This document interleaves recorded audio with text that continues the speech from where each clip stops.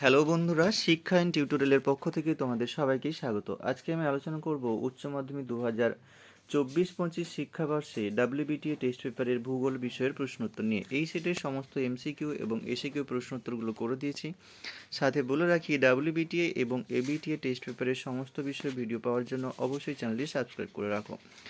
একের দাগের এমসিকিউ প্রশ্ন দেখে নেব। একের দাগের একের প্রশ্ন, ভৌম জলস্তরের নিচে অবস্থিত যে জলবাহী স্তর থেকে সব ঋতুতেই জল পাওয়া যায় তাকে বলা হয় স্থায়ী সম্পৃক্ত স্তর। পরের প্রশ্ন, গ্রেড শব্দটি প্রথম ব্যবহার করেন, উত্তর হবে জি কে গিলবার্ট। পরের প্রশ্ন, একটি স্পিড যখন এক বা দুটি দ্বীপকে স্থলভাগের সঙ্গে যুক্ত করে রাখে তাকে বলা হয় টম্বলো। পরের প্রশ্ন, অবরোহণ প্রক্রিয়ায় একটি ভূমিরূপ হলো, উত্তর হবে প্লায়া। পরের প্রশ্ন, স্বাভাবিক ক্ষয়চক্রের শেষ পর্যায়ে গড়ে ওঠে, উত্তর হবে পেনিপ্লেন। পরের প্রশ্ন, স্পেডোসল মাটির একটি উদাহরণ হলো পরশল। পরের প্রশ্ন, হিউমাস সমৃদ্ধ মাটির রং হয়, উত্তর হবে কালো। পরের প্রশ্ন, লৌ বায়ু এক প্রকারের স্থানীয় বায়ু। পরের প্রশ্ন, ওজোন গ্যাসের ঘনত্ব প্রকাশ করা হয়, উত্তর হবে ডবসন এককে। পরের প্রশ্ন, আমাজন নদী অববাহিকা যে জলবায়ু অঞ্চলের উদাহরণ তা হলো নিরক্ষীয় জলবায়ু। পরের প্রশ্ন, সংরক্ষণযোগ্য উদ্ভিদ ও প্রাণীদের যে পুস্তকের মাধ্যমে প্রকাশ করা হয় তা হলো রেড ডেটা বুক। পরের প্রশ্ন, জীববৈচিত্র্যের উষ্মা কেন্দ্রের একটি উদাহরণ হলো সাইলেন্ট ভ্যালি। পরের প্রশ্ন, শস্য সমনের ধারণাটি প্রথম যিনি দেন তার নাম হচ্ছে উইবার। এখানে বি এর দাগের অপশানটি হবে। পরের প্রশ্ন, মিলের যে কৃষি প্রণালীর প্রধান ফসল তা হলো শুষ্ক কৃষি। পরের প্রশ্ন, শিল্প স্থাপনের ন্যূনতম ব্যয় তত্ত্বটির প্রবর্তক হলেন, উত্তর হবে ওয়েবার। পরের প্রশ্ন, একটি বিশুদ্ধ কাঁচামাল ভিত্তিক শিল্প হলো বস্ত্রবয়ন শিল্প। পরের প্রশ্ন, আহমেদাবাদ শহরটি যে শিল্পের জন্য বিখ্যাত সেটি হচ্ছে বস্ত্রবয়ন শিল্প। পরের প্রশ্ন, সোনালী পোশাক কর্মী বলা হয় যাদের, উত্তর হবে নীতি নির্ধারক।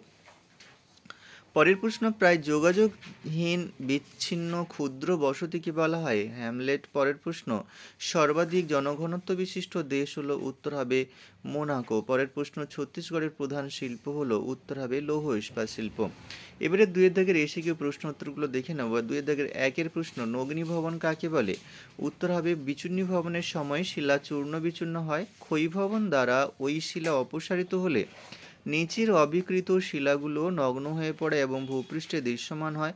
এইরূপ কার্যকে নগ্নি ভবন বলা হয়। পরের প্রশ্ন, ফ্রিয়েটিক স্তর কাকে বলে, অপ্রবেশ্য শিলার ওপরে প্রবেশ্য শিলার যে অংশ জল দ্বারা সম্পূর্ণ সম্পৃক্ত থাকে সেই সম্পৃক্ত স্তরকে ফ্রিয়েটিক স্তর বা ভৌম জলস্তর বলা হয়। পরের প্রশ্ন, ফিওড উপকূল কাকে বলে, হিমবাহ অধ্যুষিত উপকূলে সমুদ্র জলে নিমজ্জিত হলে তাকে বলা হয় ফিওড উপকূল। পরের প্রশ্ন, পুনর্যৌবন লাভ কি, মহীভাবক বা গিরিজনী আলোড়নের ফলে হেলে অথবা বেঁকে উত্থিত হয়ে ভূমিভাগের উচ্চতা বৃদ্ধি পেলে নদীর গতিপথের ঢাল বেড়ে যায়। এর ফলে নদীর গতিবেগ বেড়ে যায় এবং নতুন করে বেশি পরিমাণে নিম্নক্ষয় হতে থাকে।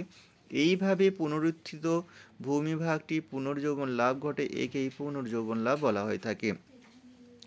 পরের প্রশ্ন, জল নির্গম প্রণালী কাকে বলে, বিভিন্ন প্রকার নদী পরস্পর যুক্ত হয়ে অববাহিকার মধ্যে এমন একটি নদী জালিকা বা নদী ব্যবস্থা গড়ে তোলে যার মাধ্যমে এটি বিশেষ ধরনের নকশা বা ভঙ্গি ফুটে ওঠে, একেই বলে নদী নকশা বা জল নির্গম প্রণালী। পরের প্রশ্ন, সোলামি কি, মৃত্তিকা অনুক্রমের এ ও বি স্তরকে একত্রে সোলামি বলা হয়। পরের প্রশ্ন, মাটির ক্যাটেনা কি, একই রকম জলবায়ু ও মূল শিলাযুক্ত অঞ্চলে পার্বত্য ভূমিঢালে শুধুমাত্র জল নিকাশি ব্যবস্থা ও ভূমিরূপের পার্থক্যের উপর ভিত্তি করে যে ভিন্ন ভিন্ন মৃত্তিকার সৃষ্টি হয় তাকে মৃত্তিকা ক্যাটেনা বলা হয়। পরের প্রশ্ন, ঘূর্ণবাত কি, শক্তিশালী নিম্নচাপ কক্ষকে ঘিরে কেন্দ্র অভিমুখী ও ঊর্ধ্বগামী দ্রুতগতি সম্পন্ন উষ্ণ ঘূর্ণবায়ুকে ঘূর্ণবাত বলা হয়।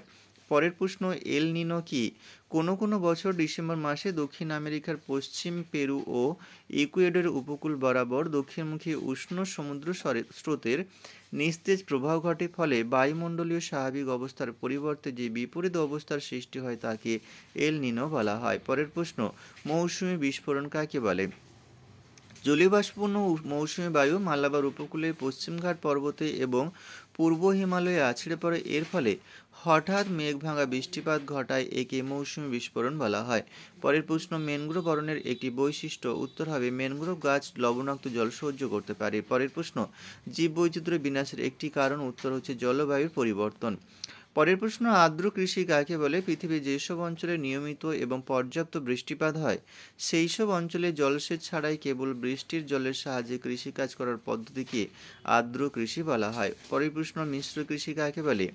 যে কৃষি ব্যবস্থা একসঙ্গে ফসল উৎপাদন ও পশুপালনের মাধ্যমে অর্থনৈতিক সমন্বয় ঘটিয়ে বাণিজ্যিকভাবে কৃষিকাজ করা হয় তাকে মিশ্র কৃষি বলা হয়। পরের প্রশ্ন, অনুসারী শিল্প কাকে বলে? Very very important question.